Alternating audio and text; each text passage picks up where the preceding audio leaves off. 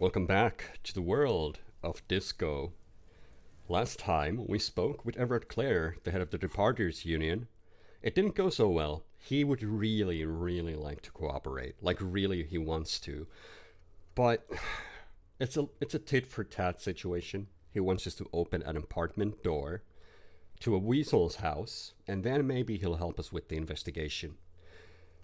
In the meantime, Choice, the other part of the strike, the union rep, she wants us to look into the drug trade that's supposedly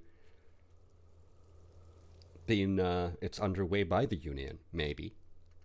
We also have a lot of different stuff, like the special borscht, buying pans from Kuno, proving our authority to Titus Hardy. That's probably not going to go well. Find Morale, we can't do this yet. She's after the broken water lock. He's past that. We need to find Speed and sniff it. This should be very important. Besides that, find a traffic hooligan, explore the secret passages, doomed commercial area, the smoker on the balcony. This one we may look into today. It's probably important. Tracking down our badge, sending body to processing. There's a lot of stuff we need to do. For right now, let's see. This is an interesting glitch we got going on here. Can't see my bottle of beer.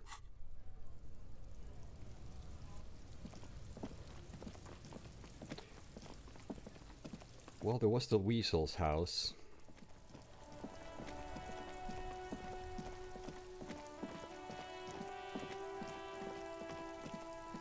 That's not here, but maybe we can examine the body one more time, thoroughly. The man is decomposing visibly now. Every hour, he looks less like a creature and more like a pile of intestines. The lieutenant adjusts his glasses and takes a deep breath. Okay, so we don't have a very high chance of actually pulling this off, searching the body thoroughly. But sometimes failure is the way forward. And I think we should maybe do it regardless, before we do anything else. You run your hands over the victim's cold body, his limbs, his torso with its swollen organs. Maybe you should be more thorough. Well, let's look under his fingernails like Kim already did. His fingernails have turned dark. They're chipped and quite long. There is dirt under them. That's all. Do you think we missed something? You can't shake the feeling that there are more secrets concealed in the flesh before you. I've got a gut feeling that there's something more to this corpse. Okay, well, we are in livor mortis here. He is disintegrating. We need to refrigerate the body if we want to conduct another examination, and we need to do it fast. Okay, where do we find a fridge for the body? It would have to be industrial in size. Let's start by asking Gart at the Whirling in Rags and the Frit store down at the gates. If they don't know, but only if all else fails. His voice trails off and his gaze settles on Kuno as he says that. Fuck are you looking at, Beano man? You want a piece of the Kuno? Wanna get fucked? Only if all else fails. He stresses. Kuno looks like he gets around. Knows Martinez. And its fridges too, probably. Or, remember the buttons on that intercom over there? On the side of the building next to the Whirling? One was for Revachol Ice City. Perhaps it's a clue. I need to take another look at the body first. Hurry. This is one task we cannot sideline. With every hour, whatever we are looking for will become harder to find. Well, we can't pull it off yet. We'd have to increase perception. Well, we have a new task, yet again. To fridge the victim's body. We need to buy ourselves more time to find whatever we're missing in the corpse. A fridge would allow us to preserve it longer. As to Whirling Frit, maybe Kuno, maybe some other local kids. So that's the thing we can do now. Well, I mean, Kuno's right here. Fuck does Kuno care? Kuno, I need a fridge to stash the body. For the fuck him. Good thing you asked the Kunmeister. Kuno knows a fridge. Perfect for freezing. Really? I thought you would. Where is it? Bacon Man's in a rush. But what's in it for the Kuno? What's the return on Kuno's investment? Oh, I don't think the first two options are going to help. Convince the Kuno to spill the beans is pretty high. Guess we may as well try it. By killing in his territory, someone has openly challenged Kuno. It's in his best interest to put them in their place. Some arrogant shit thinks he can kill in Kuno's kingdom without asking the Kuno first? That sounds like lawlessness to me. A dark flame smolders in Kuno's eyes as he ponders your argument. Wordless, like kings do. This outlaw's fate is in your hands. Let's make an example of him. Help me locate him using a Frit body technology. Alright, Kuno hears ya. See that shit house over there? He points to the collapsed building with the bookstore. A cold comes over you as you glance behind him at the crumbling colossus there, casting a shadow on you. You mean the doomed commercial area? Whatever. Don't fuck back at the Kuno. You gotta get in that shit. In there deep. Yes, he means the doomed commercial area. What do you mean, in there deep? Check the fucking basement, pig. Don't you know anything? Always check the fucking basement, recon style. There's a giant fridge down there. Fucking will fit, no problem. It looks like a white bear or some shit. Try not to piss yourself when you see it. A white bear? A polar bear? How do I get in the building again? Through the bookstore. You gotta beg the book bitch. Used to be you could get in there through the doorbell, jam that shit. Book bitch changed that. Kuno doesn't beg, so Kuno doesn't go there anymore. Beg the book bitch. Yeah, book bitch, beggar. You stupid or something? He means the bookstore. We have to ask. Plaisance is the mother of the little girl peddling books on the plaza. We have to ask Plaisance in the store. Impressive note-keeping, Lieutenant. See, the cloud gets it. Listen to your four-eyed friend. Thanks, Kuno. You didn't hear it from Kuno, pig. But don't forget where you heard it from. Kuno owns you now, pig. You're Kuno's property. Sure. Well, this is still super low. I guess we'll give it a bit of time before we try to figure out what's going on with Kuno. But he did help. Kuno doesn't fucking care. And he doesn't fucking care. He did help us. There's supposedly a fridge in the Doom commercial building, and we did get the key from Plaisance earlier. When we convinced her we're gonna look into it, and that we're a paranormal investigator. You see a set of tire tracks in the brown slush that covers the plaza mosaic. Still locked. But yeah, of course, we don't believe in any of that paranormal stuff. We just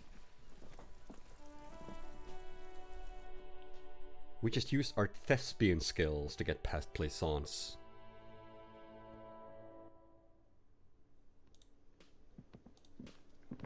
Well, I mean, I don't suppose we can ask Gart about the fridge now. Let's see. Can I help you? Another thing. Great. I love those. I suppose not. We could have asked him, but yeah, now that we already know there's a fridge, maybe the dialogue option is gone. So the phone line is dead, I hear. I thought we asked him about this. Yes, and the phone company is taking its sweet time sending someone to fix it. Losers.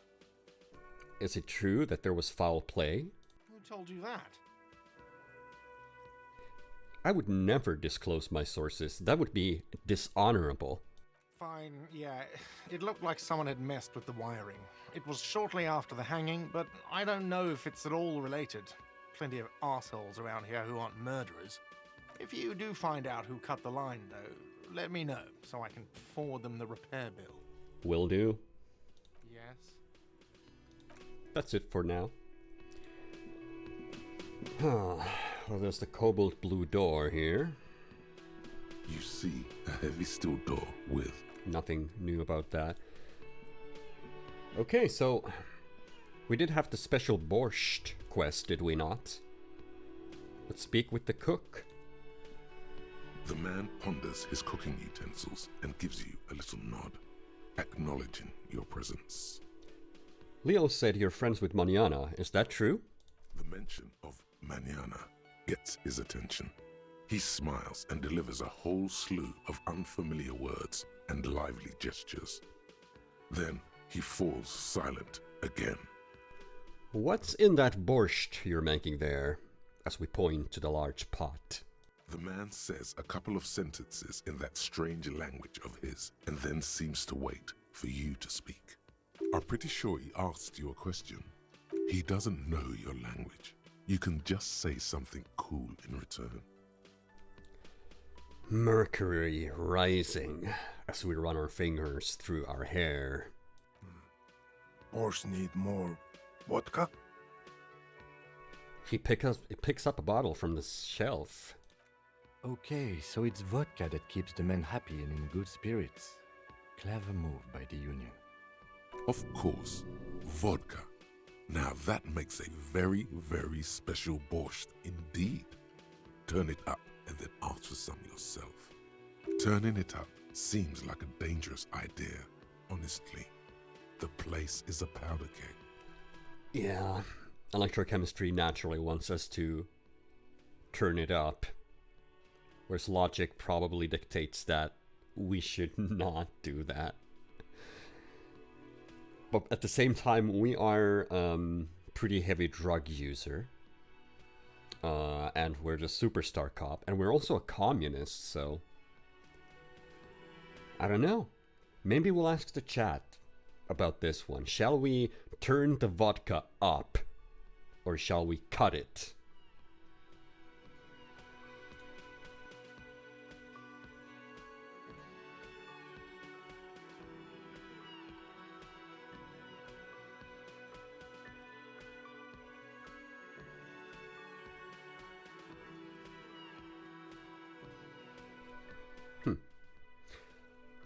Well, chat has no opinion on the matter. I guess we'll just turn it up. That seems like the thing we'd do. He smiles, nodding vigorously, then pours half a bottle of vodka into the pot. With a whistle, he stirs the brew. Gorachi, could I have some of that brew? He smiles and nods enthusiastically, and, chattering away in his language, ladles some brew into a small thermal cup, then hands it to you. Hey, we got Gorachi's brew. I don't think that was the responsible thing to do, but that's what we did. And now, yeah, a thermal cup full of hot borscht spiked with high-proof moonshine. Yum. So that should be good. We didn't have any beer, or any alcohol, for that matter. Now we do.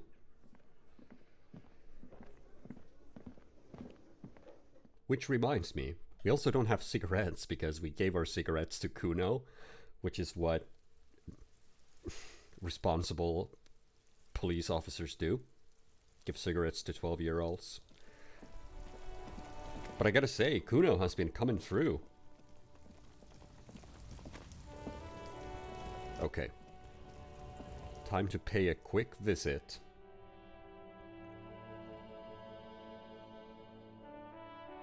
To the Frit. Because I think we do need cigarettes. A colorful display of cigarettes and alcohol bottles line the shop wall, inviting you closer.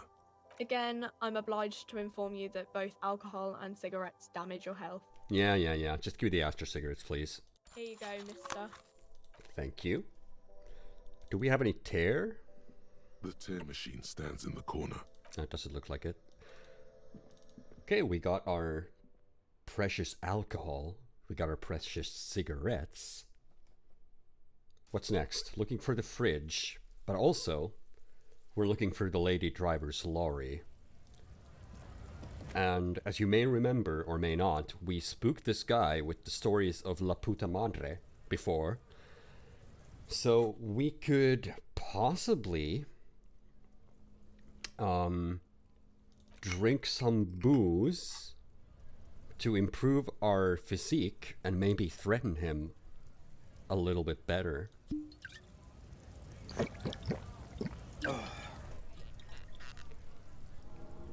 Oh, gotta heal ourselves. Morale is critical. It's really low. We'll be taking hits to morale a lot. Well, regardless, that should help us threaten this guy. Looking for something, Hunt? Come to tell me to fuck off again? It's at 58%, but perhaps the chat can help me with this. If you were to improve my physique, that would bring Half-Life to 5 and improve our odds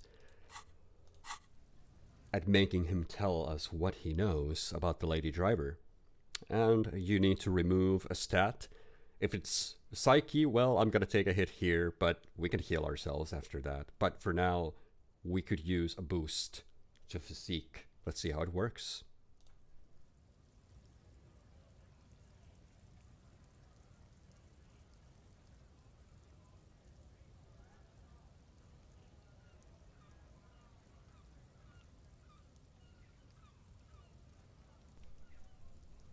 Still at 58. Well, it's better than 50-50. Let's try. The main thing is to not overdo it, even when you're trying to scare someone. The most important thing is, how does it look on your resume? Sure, we failed. Why don't you and me step outside for a little talk? Uh-oh. What do you think we're doing right now, Runt? We're outside, talking. Damn it, I meant, do you want to find someone private too? No, shit! There's some kind of homo thing?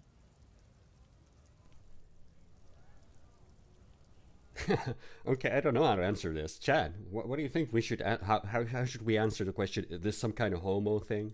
I'm not sure.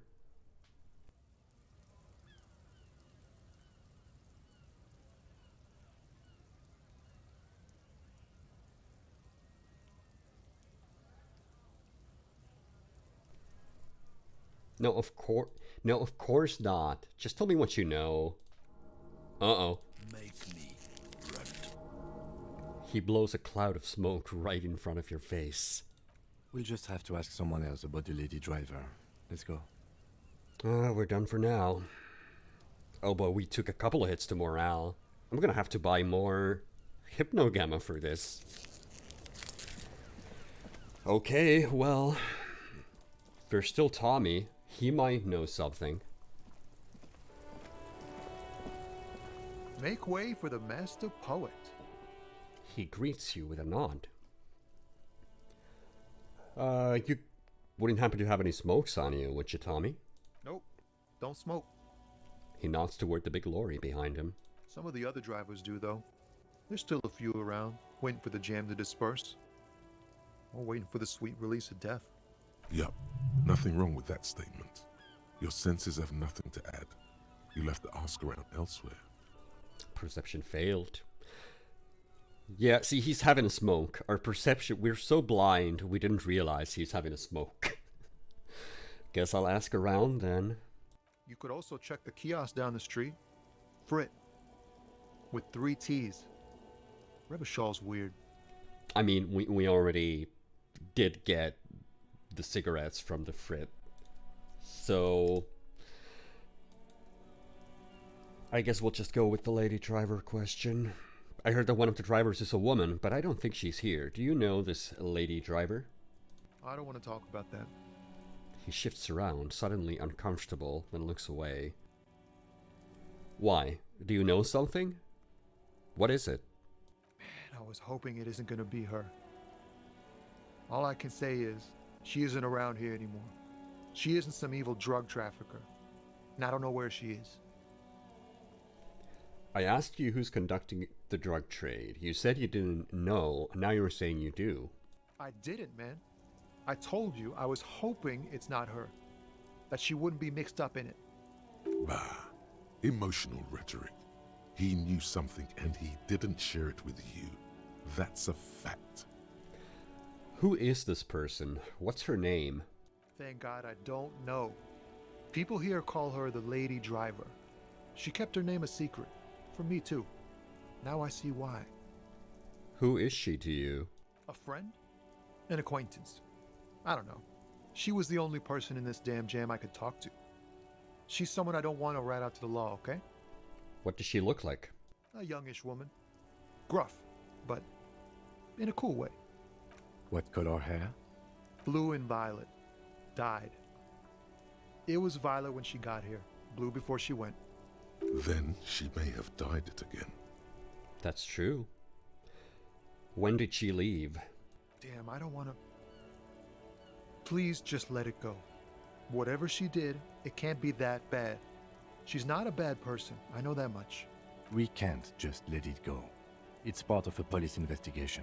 That's how it always is with you, isn't it? All part of the investigation. The girl's troubled. If you hunt her down, she may not survive it. I can't have that on my conscience. It won't come to that. We won't pursue her on this. This is information only. I don't believe you. You said she's troubled. How? She's got the darkness in her. That young person's darkness when you think it's all over. And you're looking for a way out.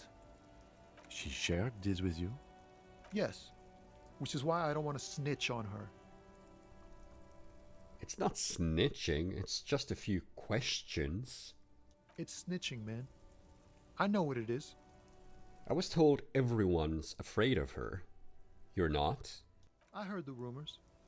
I saw the other drivers looking at me strange when we talked. And she told me, too, that she's had a violent life. But I wasn't afraid of her. More like for her. Did this violent life include drug trafficking? Well, it looks like it did now. But we didn't talk about that. We talked about life, you know?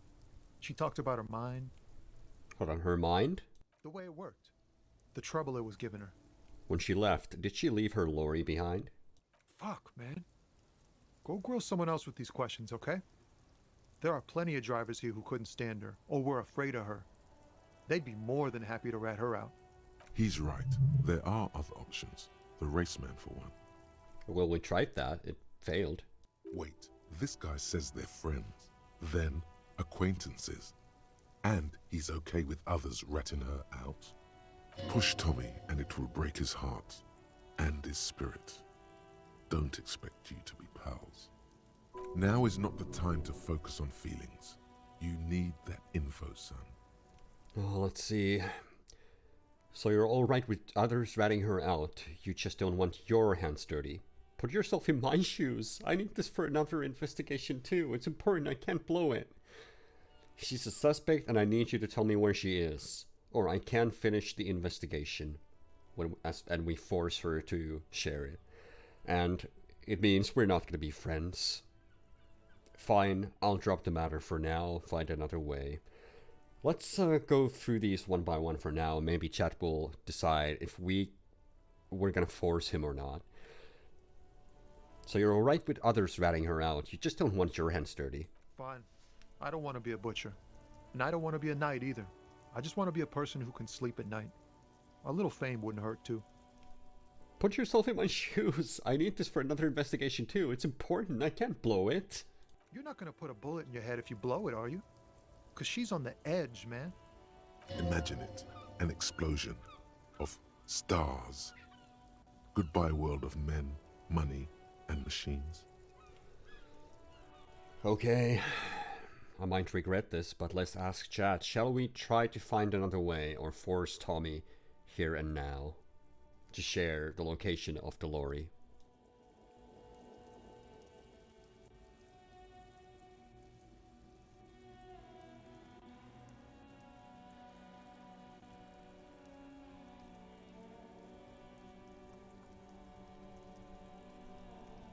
Still nothing. So maybe we'll drop it for now. We'll try to find another way. We can still try forcing the information out of the racist lorry driver. I don't really want to break Tommy's heart. Thank you, friend. Wow, this makes me feel like I should pick up smoking again. Would help with my rhymes, too. You are smoking. Well, we can still change our mind about it, but we're not going to do it right away. What do we see in his eyes? Ease into it. Don't go too far. This seems like a personal matter. Oh boy, we failed. My man! I want to know about your soul! Cool. We all want to know each other's woes and all. But people, man, they have slippery souls. Just like that, he slips out of your reach. It is possible the yelling didn't help. You sure about that, empathy? Okay, that's all for now. Thanks, Tommy. Let's see. I think we also had a quest. Yeah, here it is. Run the number on the victim's armor. I'm pretty sure we did that yesterday, so maybe we can call back. Maybe Alice has info on it. Let's do that. Inside, you see a set of steering levers, a radio microphone, a pull-out toolbox, and the soft glow of the fuel preheater gauge. Pick up the radio. This is Precinct 57. How may I assist you? Hey Alice, have you heard back from the ICP about the serial number? Yes. The armor was produced by Fairweather in their facilities in Betancourt, sur la Clé in 42. It was part of a special order for Corps de Pharmacie, a security firm contracted to protect the interests of Oranese pharmaceutical companies in the Seminine conflict. So, it seems the armor went to Seminine. That's where the paper trail ends, though. Even the firm has proven difficult to track. Corps de Pharmacie has been renamed several times over in the years since the armor was issued. Do you know what it's called now? The most recently registered firm that the ICP has been able to connect to the CDP is a military contractor called Trinell, and the one before it was Downwell. I think they might be the same contractor. A suit of armor like this would have been manufactured with a particular person's physique in mind. You should ask for whom this suit was fitted. First, has the firm continued to work for pharmaceutical companies through all these name changes? Hard to say. Their client list is rather diverse and incomplete. The only constant seems to be that the mercenaries are always deployed in third and fourth world countries. A suit of armor like this would have been customized to fit the wearer. There must be a record of the person to whom it was issued. Yes, but the ICP tends to be reluctant to share private sector records. I could try to talk them into it, though. This is a fun challenge for her. An opportunity to contribute beyond doing her job by rote. She'll gladly put in the extra effort for Team RCM. Yes, thank you, officer. I really appreciate your efforts in this case. Glad to help. Call back tomorrow. Hopefully I'll have more for you then. All right. We'll call back tomorrow. Guess we're done with the radio for the time being. Over and out. Her voice disappears into the void. In the cabin, you see a set. Yep, we're done. Okay, what shall we do next? We have the Weasel's house, which we could open. We also need to find the smoker on the balcony. We also need to find a fridge. I think the fridge should probably take precedence for now. Oh, hold on a sec. We did have a blip here, did we not? Yep, there it is. The afternoon sun shimmers off the white on blue police livery of the motor carriage. Wait, why am I even thinking about this? Wasn't I supposed to... Do something important? Something murder-related? There's always something important. Doesn't mean you can't take a moment to admire this piece of machinery. This is a Caprice Canema, the Caprice Motor Corps follow-up to their highly successful workhorse, Caprice 40, and the answer to the Lum's racing breed, Ferv series. With its air-cooled, rear-mounted 12-cylinder compression ignition engine, driving the rear wheels through a 4-speed manual gearbox, the Canema is able to reach 100 kilometers per hour in 13.5 seconds and go on to a top speed of 180 kilometers an hour. Interfacing encyclopedia love this vehicle. Won't it roll over in the first sharp corner? The high center of balance is offset by a large battery bank mounted at the bottom of the cabin, feeding all the auxiliary systems and making the Kanema effectively a mobile power plant. This tech talk is really rubbing me the right way here. Due to a quite steep price tag, it is very unusual to see one in police livery. That machine really puts the loco back in locomotion. Very cool. You want to take a closer look? What's it packing under there? 130. I reckon that's a 7-liter V12 there. That's what? 7-liter V12? 7.2. Supercharged. The lieutenant is trying to suppress a smug smile, unsuccessfully. A fine machine. Yes, an extraordinary machine. There's gentleness in the lieutenant's voice as he runs, as his eyes run over the vehicle's contours. It's nice and all, but why so modest? Put some zing into it. Flare it up. Slam it down. Helium headlights would improve the range and quality of the visual field a lot. Okay, electrochemistry wants us to slam it, and visual calculus wants us to switch to helium headlights. I think chat can decide this for us. If not, I'm gonna go with the helium headlights.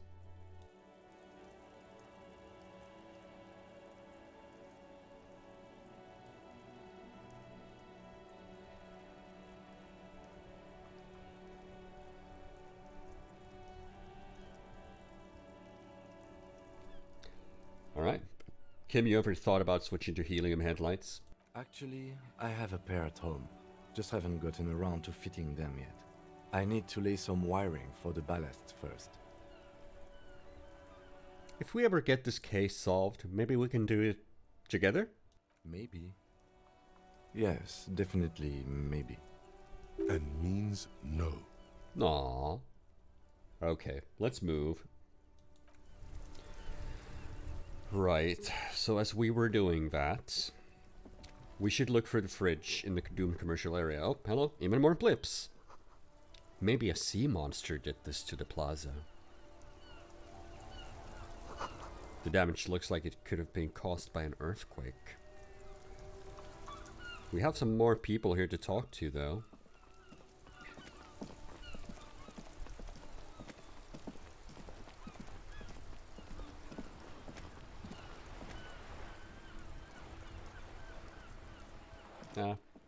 They're just old men playing pétanque. Or whatever that ball game is. The fridge should probably take precedence. But let's have a look at all these blips. This book has a rose, a pistol, and a half-naked dame on its cover. On the cover stands a very muscular man surrounded by flames. Is that the Man from Helmdoll? This is a book about pate.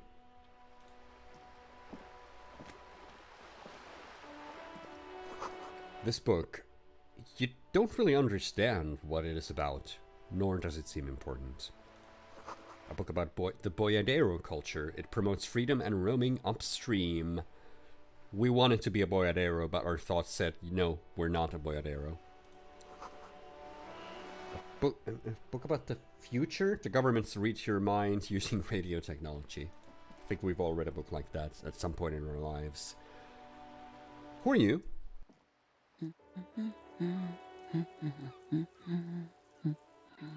You see a sturdy woman humming to herself. She seems to be browsing books.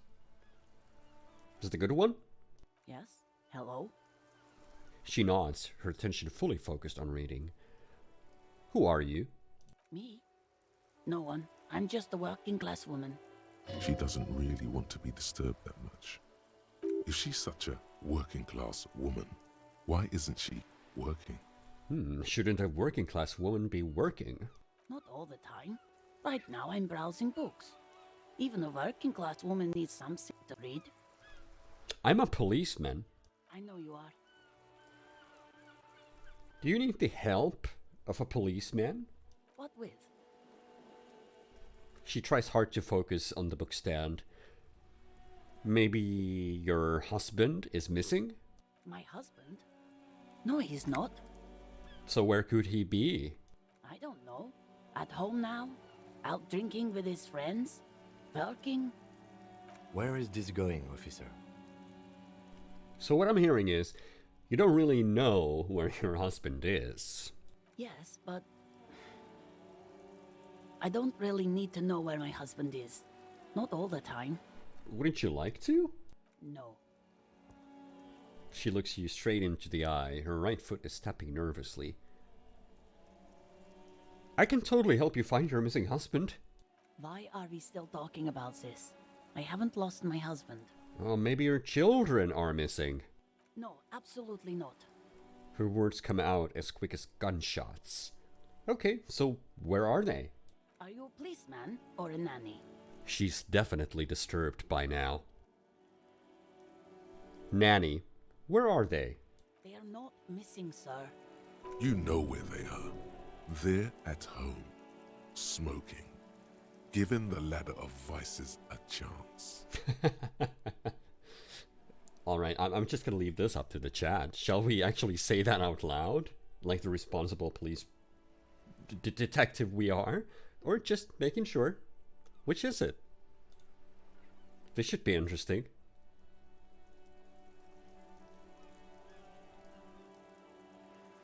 Should show up here. Should be able to click on whichever you feel like we should say. Oh, nothing. I think I'm just gonna go with electrochemistry. This seems like it might lead to something pretty good. They're at home, right? Smoking cigarettes. What? That's just... My daughters are perfectly fine. They're with their friends down in Jamrock. There's nothing to worry about. They're almost grown up now anyway. They're past the age they need me protecting them from everything now. I'm afraid the danger is now greater than ever. Tell me, how old are they? My youngest girl, Jolie, is just shy of 16. Jenny, she is turning 18 next month. But we shouldn't even be talking about them. I'm not sure why we are talking about them.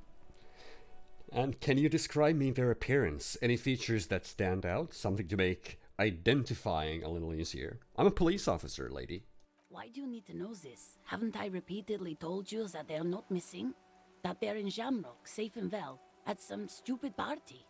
Did someone say party? You could use a party. Hunt it down. Okay, I think this is one for the chat too.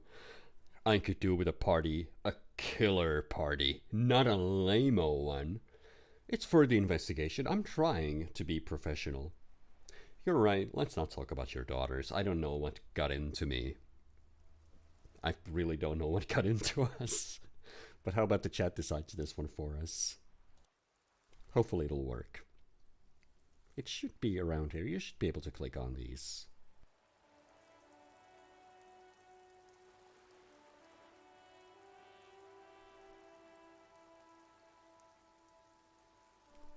Okay, well, we're just gonna go with the first one then. I could do with a party. A killer party, not a lame-o one. A killer party? What is it with you and Pulp Staples? My god. Please, no more talk about my daughters. They are fine. She picks up a book and tries to concentrate. A flock of seabirds passes by. Maybe your cockatoo is missing. I don't mean to disrespect, sir, but you are being a bit of a cockatoo here. For what it's worth, I agree. But cockatoos can't be stopped when they get ladies. It's better to indulge him at this point. Ma'am, I was asking about your cockatoo. Is it missing? I don't even have a cockatoo. And guess what? It's a trap. Never ever say what. What? Even if I had, it wouldn't be missing. Alright, cockatoo's not missing. I just wanted to make sure. Great. She turns her attention back to the book stand. Just one more question. What did you mean by me being a cockatoo? Nothing. Go read up on them if you're so interested. There's a great book in the bookstore. Maybe you should. What if the cockatoo is your astral captain? Or your heraldic bird? Oh, that sounds tempting. That is exactly what I'm going to do, working class woman. Thanks for the tip. Wonderful. The store is open. Let's watch her browse books. Her hands move over the book covers. The tips of her fingers look rough, stained with yellow. It seems like she has spent a lot of time at work, smoking. Another comrade. Years of labor are pressing down on her shoulders. She deserves a hug for all the work she's done for mankind. Where's this coming from, Rhetoric? An array of neurons fire up with joy. Bum her a cigarette, lest it turn to pain. Do you smoke? No, I don't. I know for a fact that you smoke. Why do you think that I smoke? Your hands look like they belong to a heavy smoker. It's not like yours look much better. She says while eyeing yours. Take a look at your hands. She is right. Your hands look even worse than hers, with tiny cuts and gushes covering your skin like a spider web. Your fingertips have become an ugly shade of brown. These are the hands of someone who's smoked for at least 20 years, as evidenced by the discoloration of fingers. Marks on your skin may point to past quarrels. Just give me a cigarette, please. I already told you I don't have any. Go bother someone else. She's lying. She's goddamn lying. She has smokes. Just give me cigarettes, okay? Don't lie. Sorry, officer. Do you know where I could get a new pack? From the kiosk? There's one near the harbor. It's Frit. You can look it up. I think if our half-light was higher, it would have made us tell her she's lying even further. I'm glad it didn't. Okay, no problem. She sighs. As well she should. Let's give her a hug. She's a comrade. You step in and close your arms around this foreign body, wandering astray in touch. There's a small movement beneath your hands as you shut your eyes. Then a tiny voice breaks out and asks, What is happening? She seems to be confused. Your hands are wrapped around her polyester coat. The fabric feels cold, moist from the sea nearby. Keep hugging her. The situation is oddly intimate. Your cheek is pressed against her shoulder. Her hand is trapped between your chest. 5 seconds pass, and their passing seems so unimaginably long.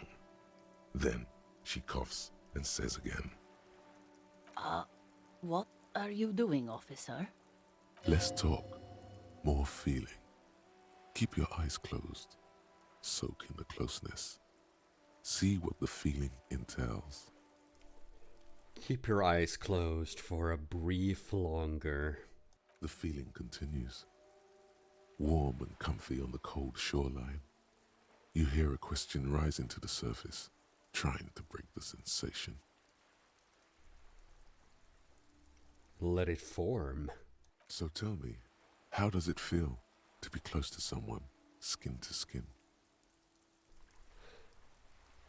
It all comes together now. I was built to be close with other beings.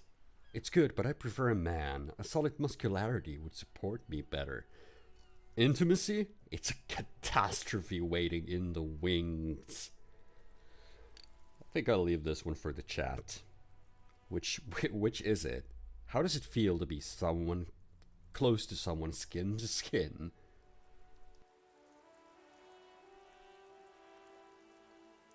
How does Detective Cousteau feel about being this close to someone?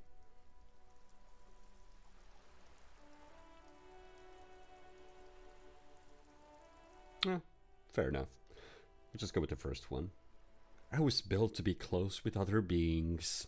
I wonder how long it has been since you last hugged someone. Do I remember? No, you don't. And it's better that way. What do I remember? Nothing. Oh, come on. You gotta give me more than that. Don't come back here. But I need to remember. Oh my God. Why are you calling me? Stop calling me. Are you drunk again? Keep your eyes closed. I don't want to see you. I don't want to see you ever again. Stop calling me. Get lost from my life. You ruined it. Officer, what are you doing? A swash of water hits the coast behind her figure. I had the strangest... I'm not even sure. You had the strangest what? She hasn't let go of your embrace. A strangest conversation. Something went wrong in my head. It's okay. We all feel out of sorts at times. There you go, officer. She starts patting your back. Something begged me to open my eyes. It was scary. I'm sorry. I don't really understand what you're talking about. She lets go of your hug. We can take a break if you're feeling unwell. He says to you under his breath. He looks worried. Is there anything else I can help you with? That's all for the moment. I'll just let you read. The woman before you nods and returns to her reading. Well, that was a conversation that we just had. That was interesting. Oh, so many blips. So many blips. We'll just go through them one by one. The book is titled Man From Helmdoll and the Wildfire. Oh, now it's actually reacting to the books that we looked at before. The book appears to be erotica, but without actual erotica. The book says you must attain a Franconigerian hard body at the nearest gym. We don't have any gyms nearby.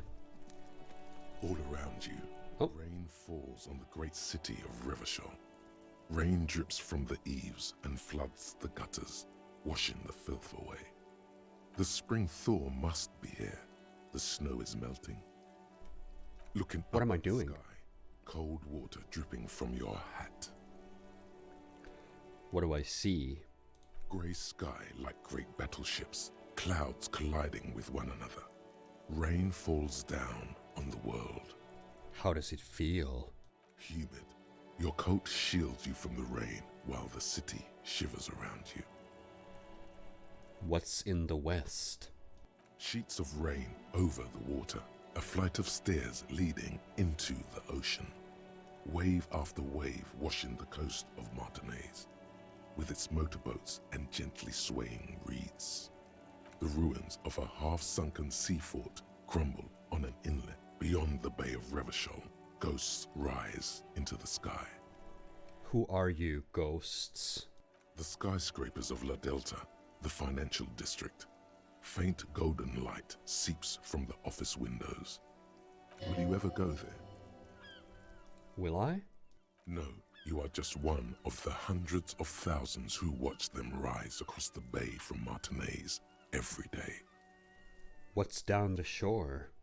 Urban coastline, rain dripping off Eternite-covered roofs, cinder blots left over from half-finished construction, a defunct research and development building, once seized by revolutionaries. An old wooden church stands on stilts above the water. And beyond that? Coal City, end of all lines. Run your fingers through your dampened hair. Your hair is an oily mess, flecked with ash from neighboring coal plants.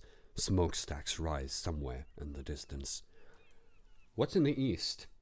The great gates of the industrial harbor are locked. A chill runs down your back. You shudder like an animal trying to shake water from its hide. clench your teeth to stop shuddering. Behind the gates, heaps of supply crates, red and blue metal shipping containers, slick with rain. The Greater Revachol Industrial Harbor is an artificial mountain range. Immense wealth resides within, and immeasurable poverty in its shadow. And beyond that? La Ducienne, King Dries passenger harbor. Cruise ships flanked by dock arms. Cranes watching over the mouth of the river distributary. What's across the distributary?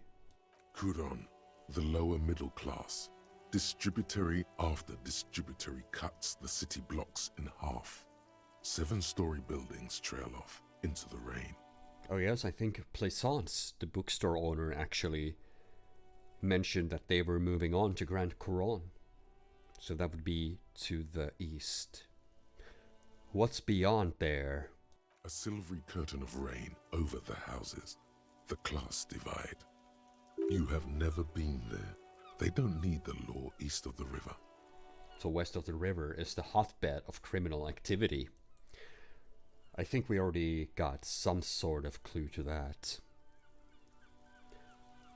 What's in the north? Tower blocks crowd one another. 4.46mm bullets still lodged in their war-torn stone walls. Hallways collapse from the mortar hits of a war that was lost long ago. Clotheslines go to waste in the rain. Radios play. The news at noon. And closer to here? A yard. Rain falls onto the roof of a woodshed. Filthy water pools around a body. Droplets of rain slip from the dead man's cold cheeks. Just there in the yard. What's in the south? A traffic jam. Rain thrumming on the roofs of motor vehicles. Inside, drivers watch water streaming down their windshields. The statue of a king shudders. He too is cold. The canal bridge has been raised. What's on the other side? The road ascends. A raised motorway loops above the ghetto. Beneath its concrete columns, a sea of rooftops, woodwork, and tar stretches northward. 4-story buildings as far as the rain can fall. The snows melt in Jamrock. Where the hood? Where the hood? Where the hood at? Have a brother in the cut. Where the hood at? Why am I not there? To be in Martinez, where no one goes, at the runoff point of a long-forgotten canal, in the whitest part of town, in the shadow of the day the revolution failed. What am I doing here? Standing in the rain, looking north, where Jamrock Rock City stretches inland. Shudder. Look further. In the rain-swept distance, above the rooftops of Jamrock, a repurposed silk mill stands perched above the motorway exit. Precinct 41 hunches in the rain. Your vision blurs.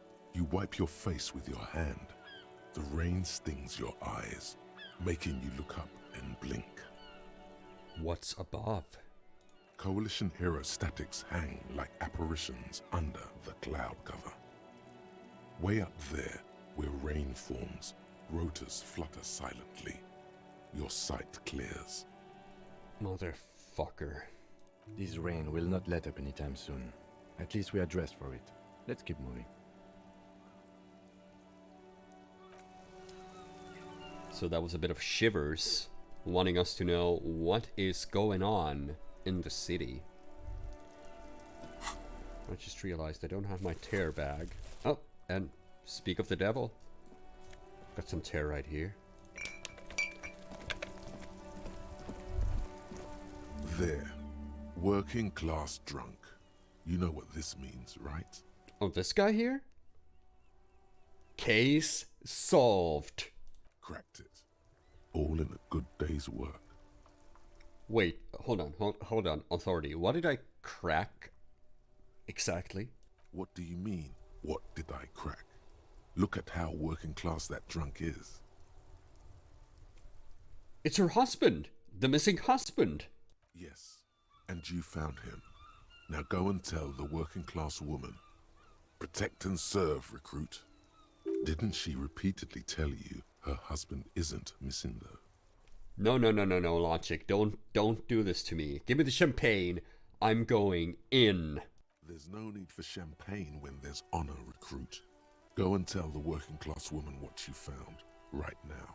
Yes, that is exactly what I will do.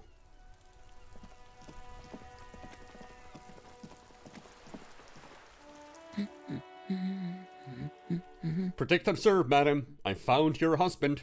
God damn it, I already told you. My husband isn't missing. She crosses her arms.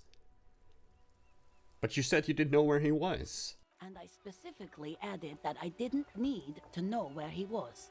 Well, I found him nevertheless. I'm that good. Very well then. Where is he?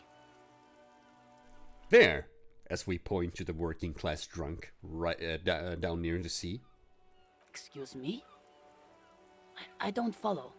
I found a working class drunk and I thought he might be yours. Right, 'cause working class women come with alcoholic husbands. You know what? Remember, about that what, never ever say what. I'm not saying what. Not this time. You were right. I do have an alcoholic husband. Although not that one. Ha, blam. Knew it. But you told me your husband's alright. I did, and he is. He's also an alcoholic. So is he missing as well? No, he's not. Or maybe he is, I don't know. He's probably in the park or in Shamrock somewhere, drinking with his friends. She looks away. I haven't seen him for...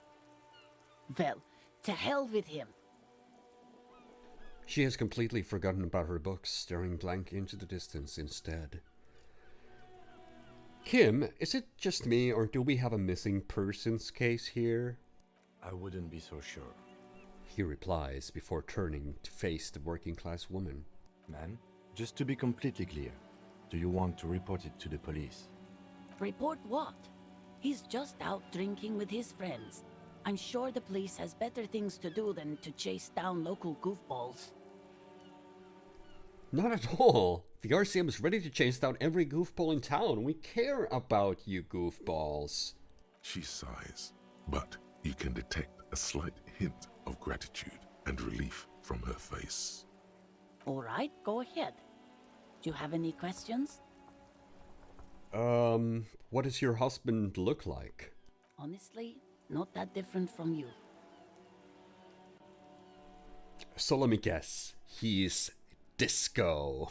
Oh, thank God, no. It hasn't come down to this yet. Oh. Why did you say that your husband resembles me then? Well, he's slightly chubby. Wait, did she just imply that you're fat? You're not fat. The body type she's referring to is called a Franco-Nigerian hard body.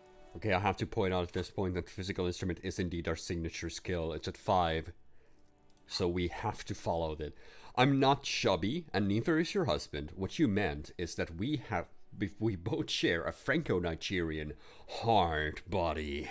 You both share what? Franco-Nigerian hard body. Softly round, yet still in shape. Ladies dig it. I'm not sure about the rest, but softly round sounds about right. He's not in great shape. She stops to think. What else? He was wearing a dark brown leather jacket with a bright blue inner lining. The lining is hand-sewn. I made it myself. She sighs, her voice slightly quivering when she adds, It's his cool jacket. God knows it's too cold to run around in this, but he refuses to change. Who cares about the cold when you have your cool jacket to wear? You can completely sympathize. I even tried throwing it away once, but he just dug it out of the bin. Can you believe it? She looks back at you, shaking her head. Well, I mean, if that jacket really is that cool, then... I mean, I've done some dumpster diving in my 2 days of re-existing, so I can totally understand doing that. Well, what can you do? I hope that at least that extra lining helps him keep warm at night. I wouldn't like him to catch cold. When did you last see your husband? Yesterday morning, he went to the library. He went to retrieve my book, and he promised he'd walk straight back home. Because we talked about this. We talked about not wandering off again. I don't know what to do. I honestly don't know what to do with his addiction. Just makes me feel weak. Gone for around 36 hours then. Damn, this is a missing persons case. She turns away from you in an attempt to recover. I think I got it. Thanks. So you are going to look for him? Yes, I will bring him back home to you. Thank you. Please do. Even though I'm sure he will return home by himself. I'm still sure of that. I'm sure he will too. When he does, would you let Precinct 57, Kim Kitsuragi, know? He gives her a slip of paper. I will. Of course, officer. As I said, it's probably nothing. The woman takes the slip of paper. It's a phone number. Thank you. I'll get going then. Okay, so we now have a missing persons case as well. And we did get the cockatoo thing. Find your heraldic bird. The working class woman said that you're a bit of a cockatoo. What if it's true? Go read up on cockatoos in the bookstore. Maybe you'll discover something new about yourself as well. And now we have to find the working class husband. The working class woman you met in front of the bookstore admitted that her husband is missing. Chances are the guy's drinking somewhere with his buddies. Find him and bring him home, if possible. Okay. We have a lot of things to do. Including collecting tear from the street.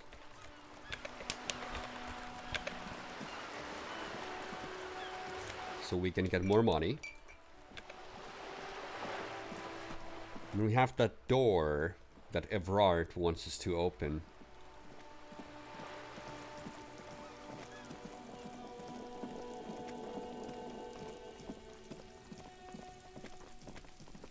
And the person who was smoking on top of the balcony. We need to look into that as well. We did get the key to the apartments, the Cape Side apartments, but we never went in. Another splattering of bullet holes on this wall. Well, here's the door that Evrard wants us to open. This must be it. The basement door is weather-worn. The copper nails holding the upholstery in place have turned green from sea air, and there's a knocker shaped like a lion's head. Carefully knock. You knock silently. The upholstery muffles the sound.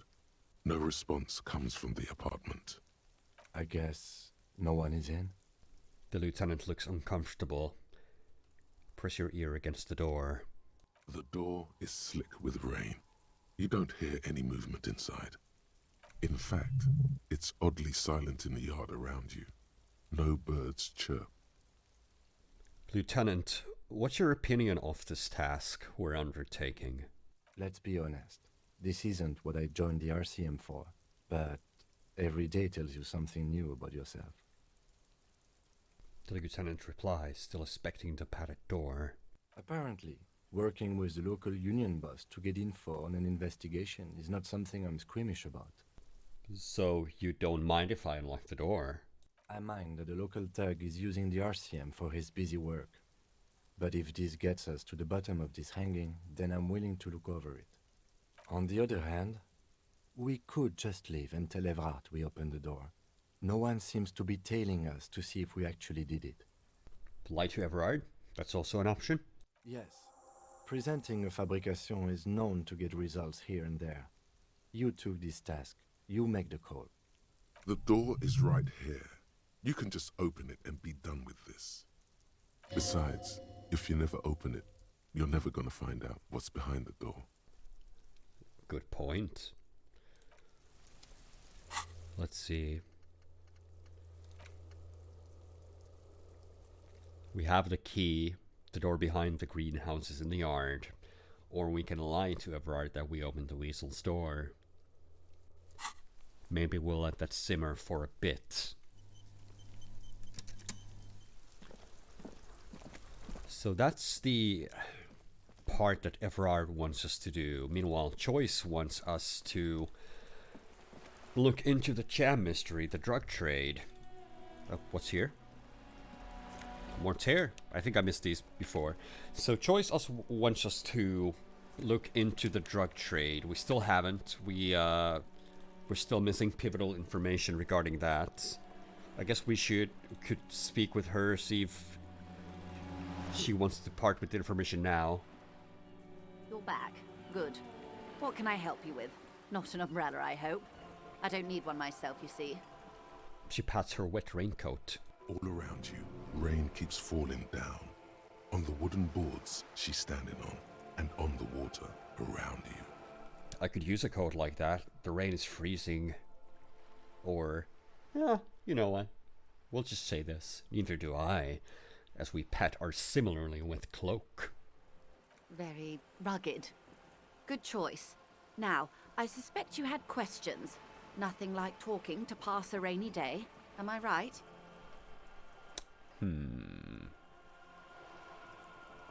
I spoke with the lorryman at the roundabout. Word has travelled, yes, but nothing of real substance has surfaced yet, I gather. Wild Pines has eyes on the intersection, but not ears. One of the tall buildings overlooking the roundabout. It would give them a read on the entire quarter. I think we already had this one. It appears we are being monitored every step we take, colleague. Did we have any other business here? Well, by the way, I spoken with Everard Clare. You have? And how did you like Mr. Clare? Finally, time to choose sides. Oh boy. Is this one for the chat or what? I didn't. He's a beautiful man. Beautiful and just. Everard Clare is a hero of the workers' movement. He's the champion I've sworn fealty to. He's a bloated rainbow socialist. I could do business with him. For a socialist, he's reasonable. He's not the champion I have chosen. I wish to swear fealty to you and the cause of capital. It's not important if I liked him. I was just doing my job. Which is it?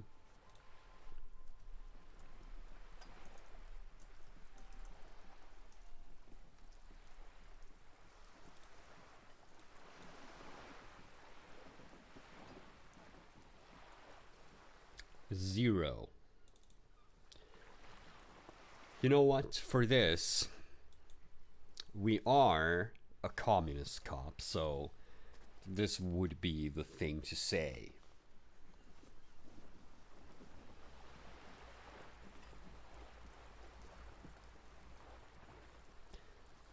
How about I roll a die? How about I roll a d7 and see what we get? Since chat is not participating in these choices, let's roll a die for this, see where it takes us.